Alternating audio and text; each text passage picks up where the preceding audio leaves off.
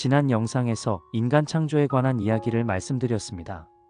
요약해드리면 하나님께서 찬양과 영광을 받으실 목적으로 인간을 하나님의 형상대로 특별하게 창조하여 이 땅을 다스리게 하셨고, 창조의 목적대로 살아가는 것이 가장 가치 있는 삶이라고 말씀드렸습니다.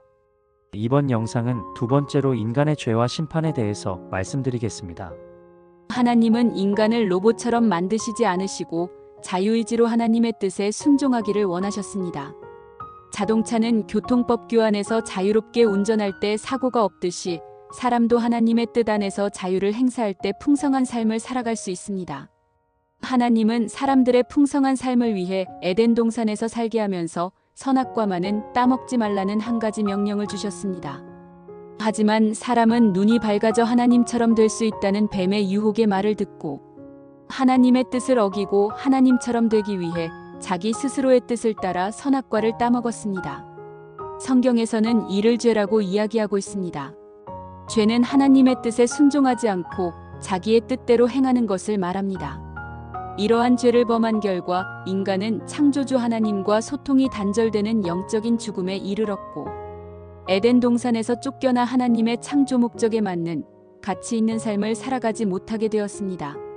우리 또한 하나님의 뜻을 순종하지 않고 죄를 범한 최초의 인간 아담의 형상을 가지고 태어난 후손들로서 일상에서 의식적이든 무의식적으로 마음과 행위로 하나님의 말씀에 불순종하는 죄로 인해 우리 모두가 죄인이라고 성경에서는 말씀하고 있습니다.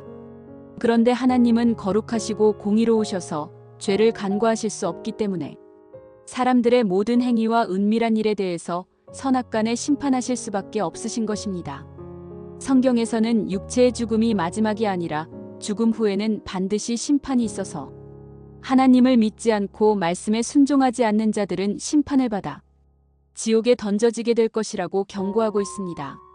하나님께서는 사람에게 영원을 사모하는 마음을 주셨기에 사람들은 나름대로 죄로 인한 문제로부터 스스로를 구원하기 위하여 선행을 하고 다른 종교를 갖거나 종교 행위를 하고 율법을 지키고 양심에 따라 행동하는 등 수많은 노력을 기울이고 있지만 하나님에 비해 부패한 인간의 어떤 노력으로도 죄값을 치를 수가 없기 때문에 죄로 인해 심판을 받고 지옥에 갈 수밖에 없는 인생의 근본 문제는 여전히 존재하고 있는 것입니다.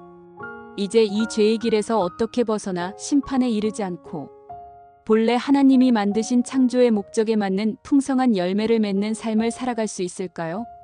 다음 영상에서 만나보도록 하겠습니다. 감사합니다.